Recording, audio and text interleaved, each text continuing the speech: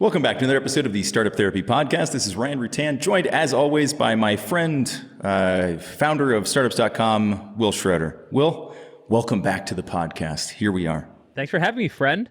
You're welcome. Hey, so today, this is something, you and I talk a lot about, like how we've structured our companies to kind of allow us to live lives that we want to live while we're running them.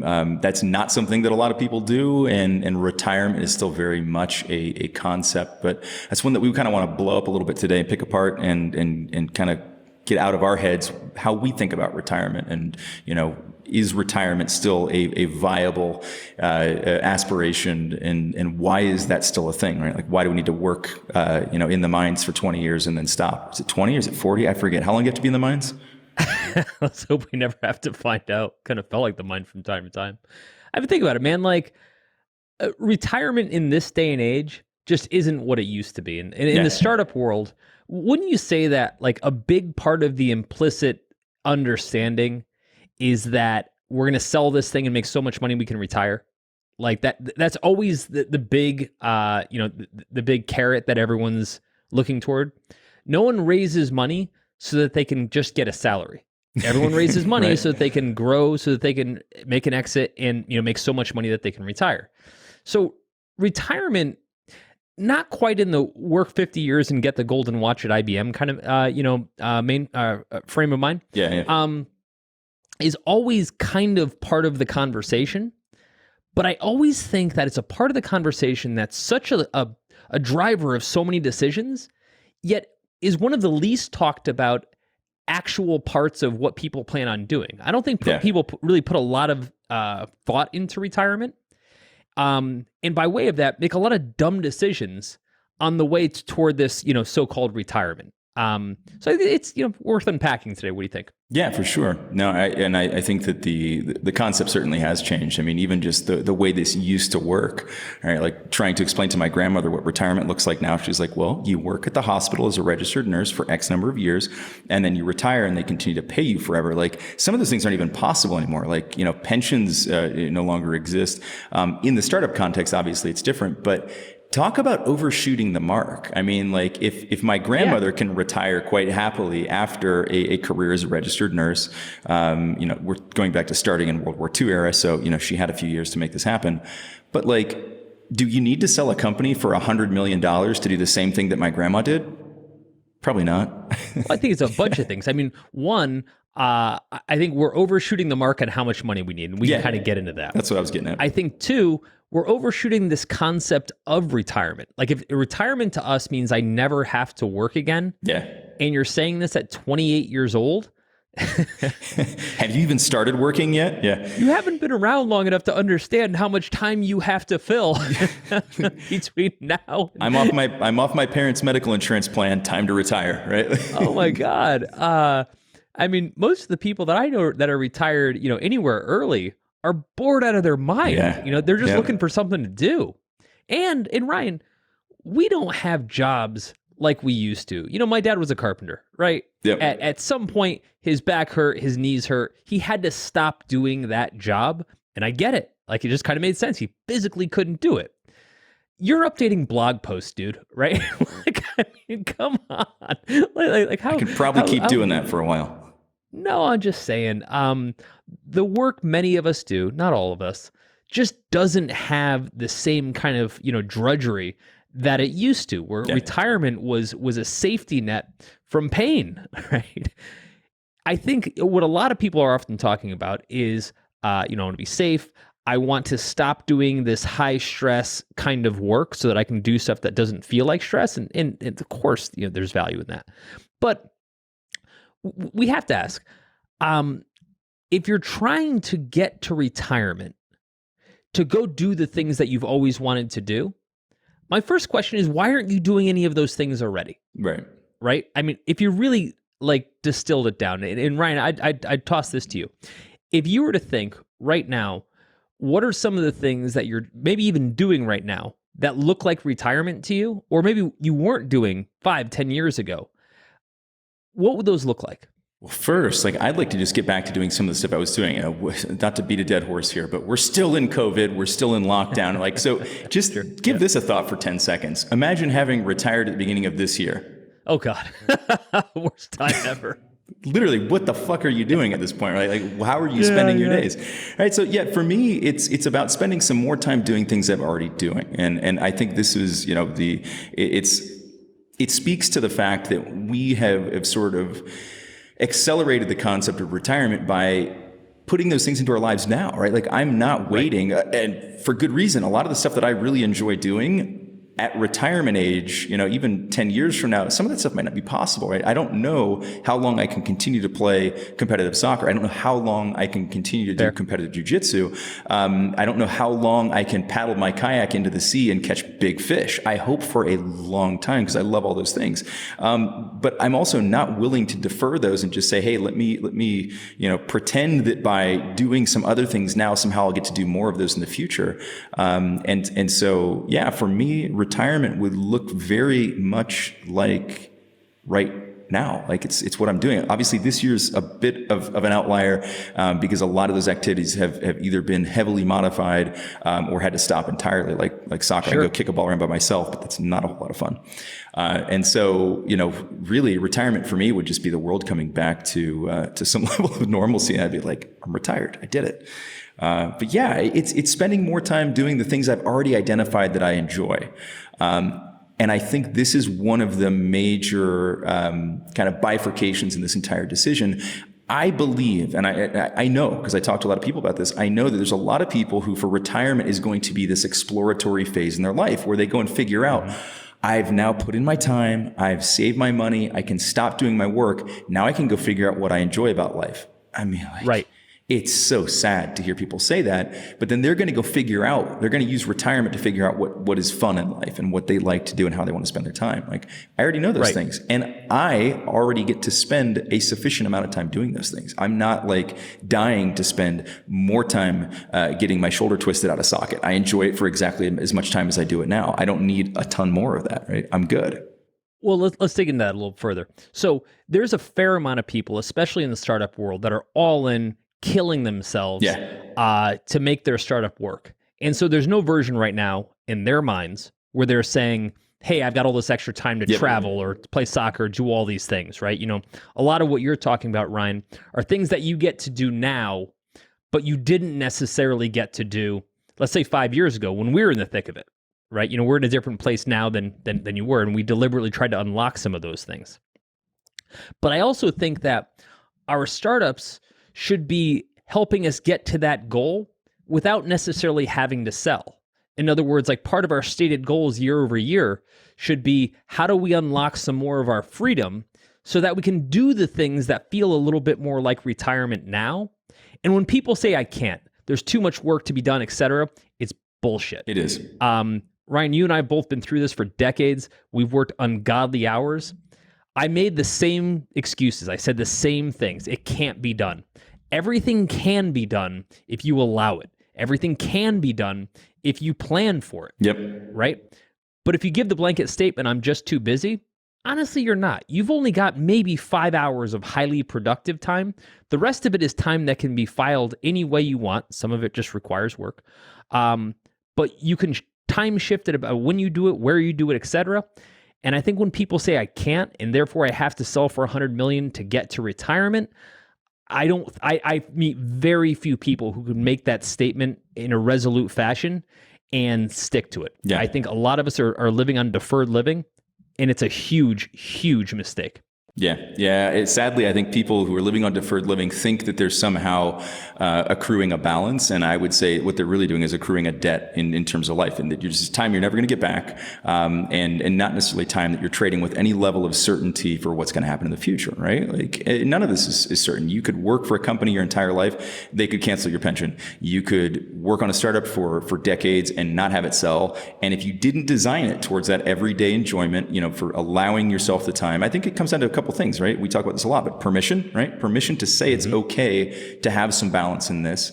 And then proper planning. And I'll put that in two categories. One, how you're planning the work that actually gets done, right? And we've talked about this a lot, like how to structure your days, how to be efficient, how to be effective, how to focus on the things that matter. And then also planning for that other time, right? And being clear in what you're trying to unlock for yourself, right? Like if I just said, I want to retire, I can't make that happen tomorrow. But if I say, I want to be able to spend 3 hours a week doing jujitsu, and I want to be able to spend 4 hours a week doing soccer, and 3 hours a week coaching soccer for my kids, I can do that. I can make that time appear, right? Just like magic, by simply making things, moving things around, structuring my day in such a way, and just making sure that I'm focusing on high value targets. I think when you use the excuse that I'm too busy, something really important and horrible happens, which is that you just assume that spending all that time is actually accomplishing something. I no longer have to prioritize my time because I know I'm spending it all. So I must be doing good stuff, right? I'm spending all my time. Therefore, I'm putting in all the effort, go me. And therefore it's justified. A horrible trap to fall into. Okay, so, kind of TLDR, what we're going to keep chipping away at here is that retirement doesn't have to be this all-in, I'm now retired and I no longer work kind of goal. Yeah. Retirement should be the things that you want to do.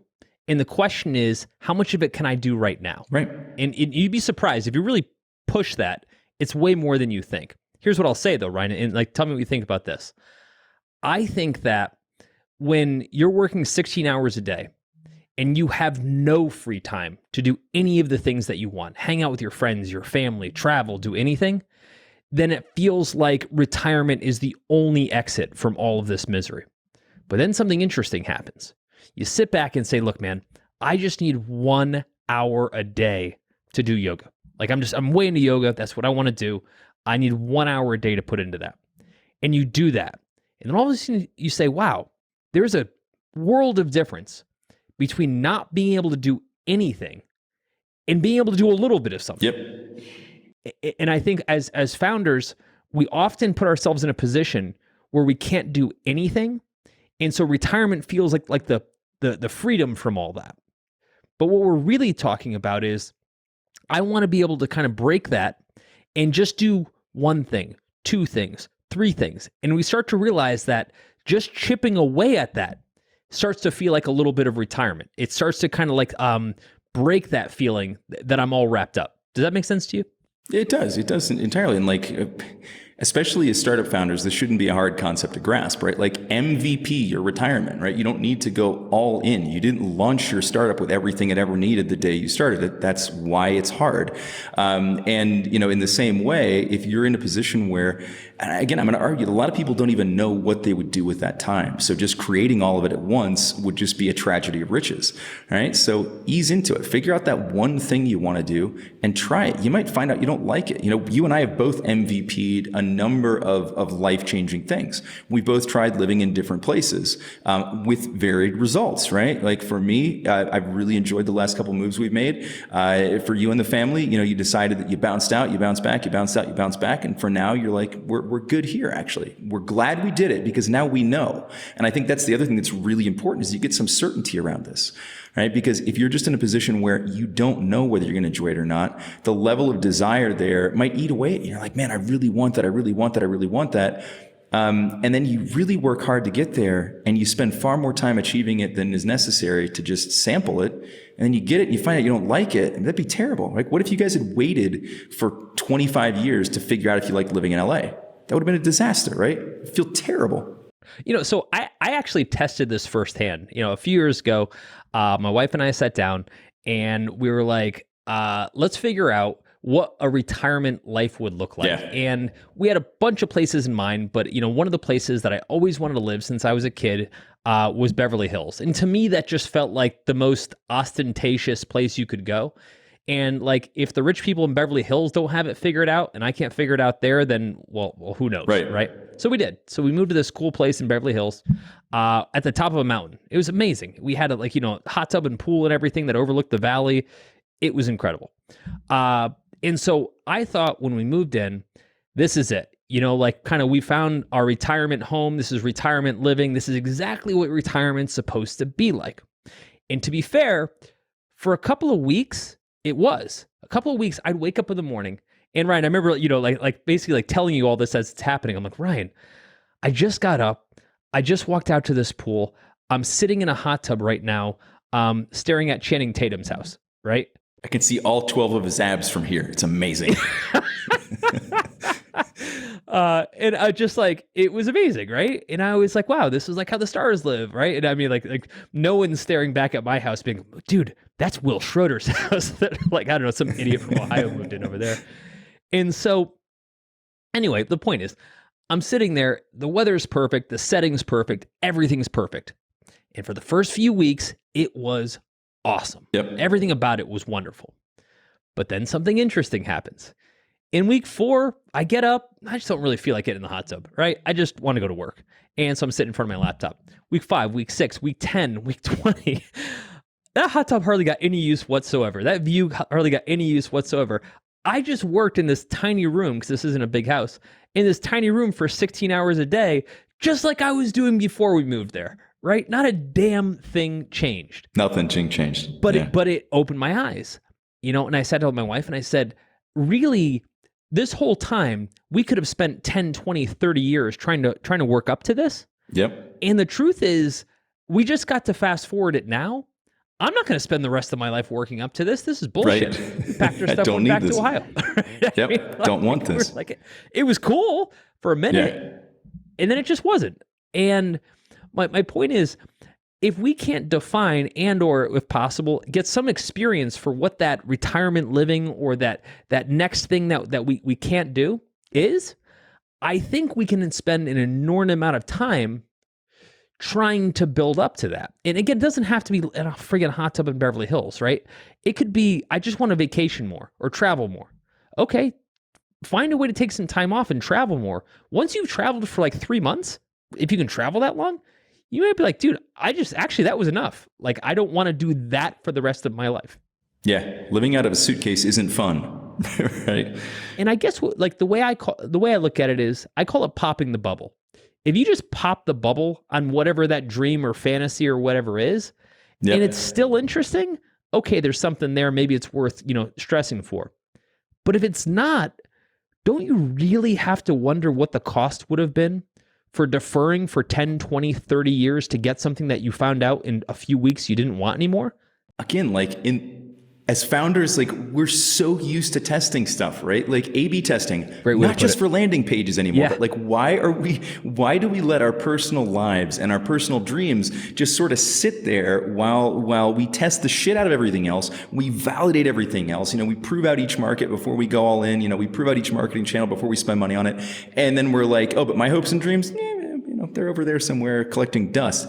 The other thing, and I think this is worth mentioning, in addition to just getting to that outcome and then not liking it and regretting, the time that you spent doing it, imagine how much it changes your decision making if you do have this lofty goal and you're like, I need a yacht and I need them to rename one of the Caribbean islands after me. So I'm going to need to exit for $150 million or this just isn't going to work. So now you start making decisions that point you to that direction, right? So not only do you finally get to that outcome, right, but you've made totally different decisions for your business. Maybe you decided to take on capital because we need that to scale to this bigger level so that we can exit. That's what everybody who exits does. They're all funded.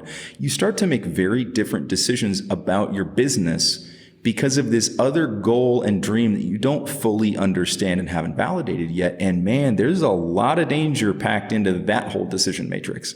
Also, I think, you touched on something, the number of hours that it actually requires. So I'll give you another example. I mentioned this a few times in the podcast. I got way into carpentry, like way into it. So much so that on the weekends, I couldn't do enough of it. I was doing remodeling and stuff, and I'm just crazy into it. And I thought to myself, I would love to have more time to do this. Yeah. So if you remember, Ryan, a few months back, I took like a week to do nothing but that. Day 1, totally in heaven. Day 2, I was like, oh my gosh, I have to find a way to do more of this in my life. Day 3, I'm also like, oh, my back kind of hurts a little bit. Kind of feel like my dad now. In day 4, I'm like, fuck this. I don't want to get up and do any more carpentry, right? I've inhaled my monthly quota of sawdust. I'm good. I'm good. But all I'm saying is, when I couldn't do it, it felt like something I wanted to do forever. Yeah. But once I gave myself kind of a full like breath of it, I was like, oh, you know what? I want to do this a couple days a week. Think about that. Think about me saying, hey, I would love to figure out how to like exit my company and sell it so I can do more of that, only to find out that I wanted to do like 4 days of it and then find anything else to do. Yeah. I think there's a real danger in having this certainty around what you expect retirement to enable you to do without ever testing that it actually enabled you to do it. Sounds absurd, and yet that's what almost everybody does. Okay, so there's another part of it, and I think this is just as important. We all have this concept that with retirement, we would have endless choices of what to do, right? I have so much money, Ryan, that I have so many things that I can pick to do, and I can just, how wonderful does that feel? I don't have to go to my job anymore. I can just do some angel investing. Everybody says that's a dumb answer. Or I can do this or that, whatever. The point is though, are you really this like every man, every woman person that has so many hobbies and so many interests that you can fill 16 hours a day just fucking around? Yeah. Honestly, Yeah. I'm going to say this, probably not. And I'm not to say, I have a ton of hobbies, Ryan, you have a ton of hobbies. Dude, it is hard to fill 16 hours a day with something that isn't a job. And every time I talk to folks that have cashed out, they say the same thing. They said, man, I'm dying to start something. And I always ask them the same reason. Do you have to? Will it pay any bills? They said, absolutely not. They say 2 things. Number 1, I have no idea how to fill my days, which is fair, right? I mean, it's hard to. And number 2, I need purpose. Yeah. One of the things that people the big one. often forget about, especially founders who are so dead set in our purpose, is that when you remove that, it's no different than my wife, who's so focused on caring for our kids, and it's such a big part of who she is. If you take that out, when we go empty nest, that's going to be a very difficult transition. That's a big part of her DNA and identity. I think people vastly underestimate how important their job is to what they do. Does that make sense? Yeah, we spend most of our waking hours doing it for most of our lives. And the idea that that's not going to feel weird when we take that away, bit of a misconception. Yeah. But people don't think about it. And the parenthood analogy is a great one, right? If you're the primary caregiver for kids, like there's this sort of perceived timeline. It used to be 18. Now I think it's 36 before the kids leave the house. And so, it's a huge transition, and it's one that nearly everybody struggles with in one way or another, right? And it's often directly tied to some other type of retirement, right? Like, so now we have this free time. Now, the kids are gone, I can retire from my job, and now life is boring. Like, I don't know. This seems to be the story for a lot of the folks that we know and talk to that are on the other side of this. It's like, yeah, how do I fill my days now? I had all the stuff that I had to do, which sometimes was drudgery, sometimes it wasn't, or that kind of depends on how you structure your life and your work. But when all that's just taken away, whether you wanted it to be or not, it's tough, right? That's a big transition. And again, not one that, without some testing, you have any real clarity what the other side of that looks like. And I'd argue that given it's a major life event and transition, like you should be testing, you should be preparing yourself for this in some way. And I don't mean just like saving money so that you can do it. I mean, preparing yourself for the activities that come post that point. But it just seems to be a huge hole in a lot of people's lives. And I would argue more so in founders' lives. I think that there's a lot less understanding, despite, and I would make the argument, more flexibility to do those kind of things now. Like, I think as a founder, it's easier to start to play test those things, but I see less of it than I do with people who are working a 9 to 5. Well, I think we've got a couple things. I think one part of it is we want to be de-risked. Right? We want to be able to, kind of take those leaps and know that we'll be okay. This goes back to safety, right? Yeah, for sure. Similar to this, we want to be deleveraged, right? So we want to know that if a-hole investor comes back to us and gives us a hard time, we can just kind of say F you and go our own way, right? I mean, we all want that kind of feeling. Now, that said, I don't know that the only way to get there is a full massive cash out, I think a lot of the parts of what we're talking about, and this is a recurring concept here, is retirement should be something that you are constantly chipping away at by creating more opportunities to spend the time the way you want it, by de-risking yourself, by deleveraging yourself with your time. By the way, it's always about time. Yes, there's a little bit of money involved in it. I'm not going to knock that, but it's more often about time. It's about allocation.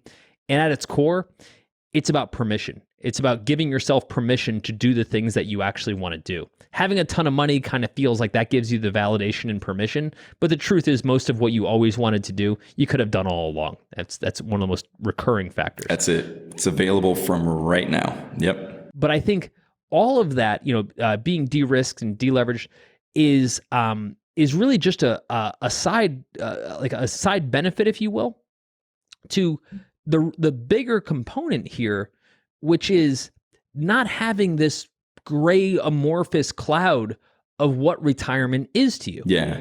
I think if you could say retirement is specifically these things, right? Retirement to me is 2 hours a day of working in the wood shop, 4 hours a day playing with my kids, whatever your version of retirement is. And you are super hyper clear about that. I think the first thing that would come out of that clarity is to be able to say, how much of that can't I do right now? In other words, how much am I putting money as a bit of kind of a wall against me not being able to do that? And the truth is, what's really preventing me is permission, discussion, and kind of, maybe understanding with my other co-founders, et cetera. But the biggest part of it is, I think if we look at retirement as this gateway, that until I get past this massive, typically unscalable gate, I can't retire. I think we're broken on arrival. And that's kind of what concerns me, at its start. Yeah. I mean, it's not one of these kind of things you want to figure out as it happens, right? Right. And again, like the ability to play test this is there, right? Like there's no reason you can't be doing these things. And, again, like the other side of it is in what quantity, right? Like I said it before, like I like jujitsu. I love soccer. I love fishing. If I had to go fishing every day, that's called being a fisherman. That changes it significantly, right? And it's an interesting concept, but like anything that you spend all of your time doing can potentially become drudgery, I think. I love vanilla ice cream. I like ice cream of all sorts. I don't want to eat it exclusively all the time. Like that's not good. It's not good for me. And it would lose its magic, right? And so I think that's the other side of this, is that some of these things are special because of their rarity, right? If I was able to play soccer all day, every day, I guess I'd probably be getting paid for that. Might be kind of cool, actually. I don't know. But it would lose some of its luster, right? It would no longer be like that special thing that I get to go do. It's now just the thing I do all the time. Same thing with fishing or jujitsu or anything, right? I love spending time with my kids, and I want to spend more time with them, and I try to spend as much time as I can with them. If I had to spend all day, every day with them, would I have the same level of fulfillment, right? This is a discussion my wife and I have with some frequency, right? And that she's in that position where she spends a lot more of her time with them. And so for her, retirement might look like spending a little less time with our kids. For me, it would look like spending a little more time with our kids. And so it's about balancing out these things that you need to do, the things you're responsible for, the things that you want to spend your time on, and just making those work as a system, as opposed to some weird binary point in time where I stop doing one thing and start doing another. Just again, like as you talk through it, it sounds asinine, and it doesn't sound like something I'd want to engage in, but it seems to be the typical path for people. One of the things that I think a lot about, and I talk to founders that have, maybe made a little bit of cash early in their careers. Yep. Invariably, they almost all go back to working, right? And again, I touched on this earlier, but I don't think there are a lot of other hobbies that kind of activate us the way our jobs do. And folks say, well, I want to put that money into, or that time rather, into nonprofit work, something that maybe doesn't pay me. That's fine. That's a job, right? It's real work.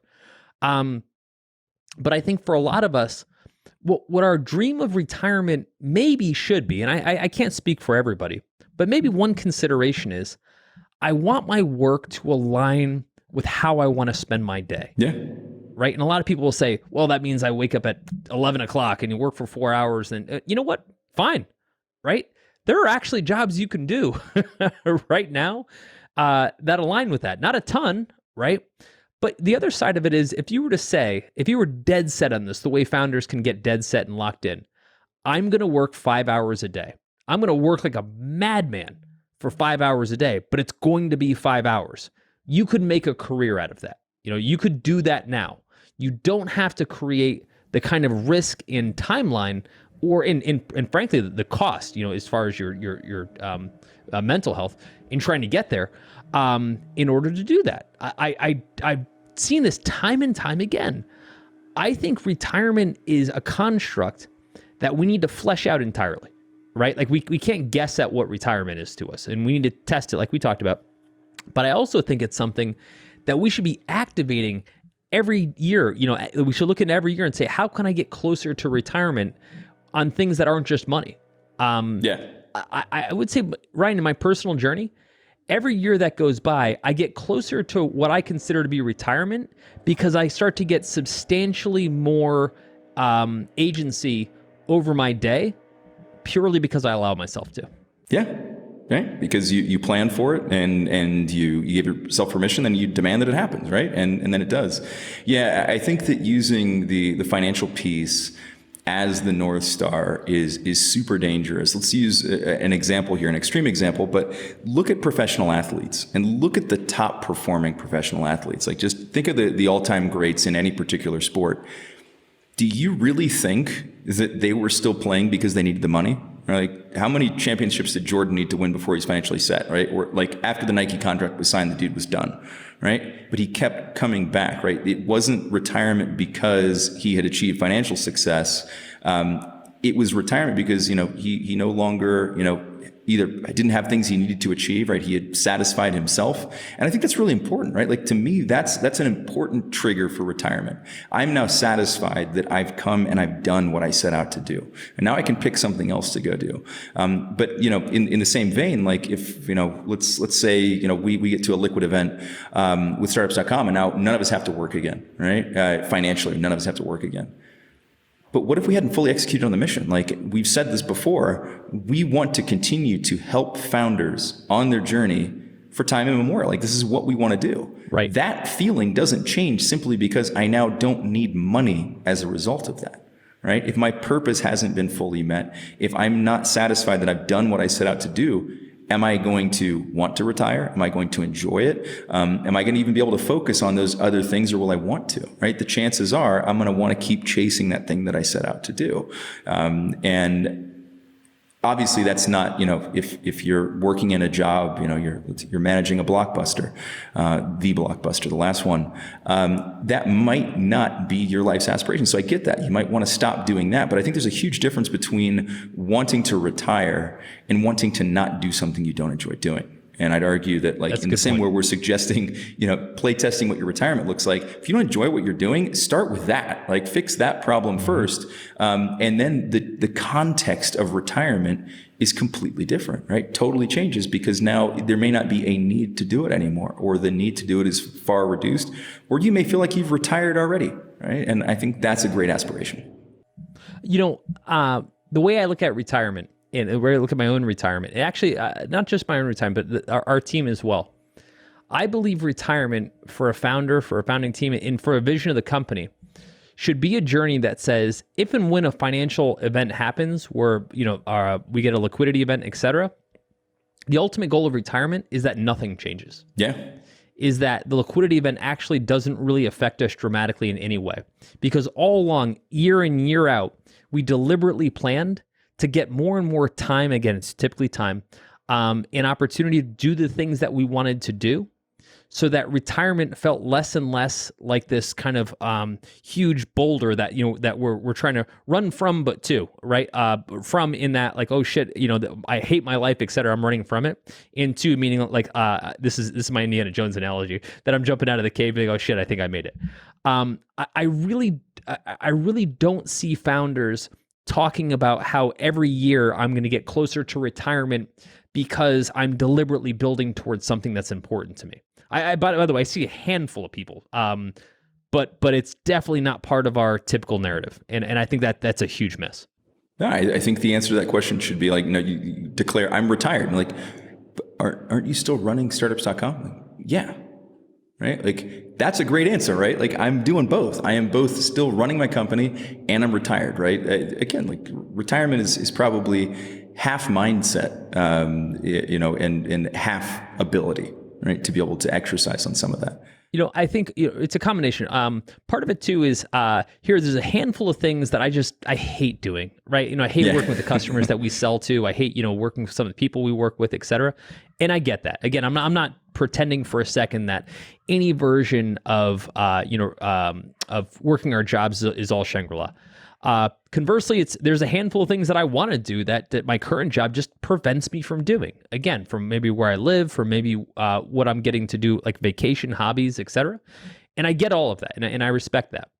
But again, I would say that instead of waiting for this, amazing moment that somehow changes it all, which kills me.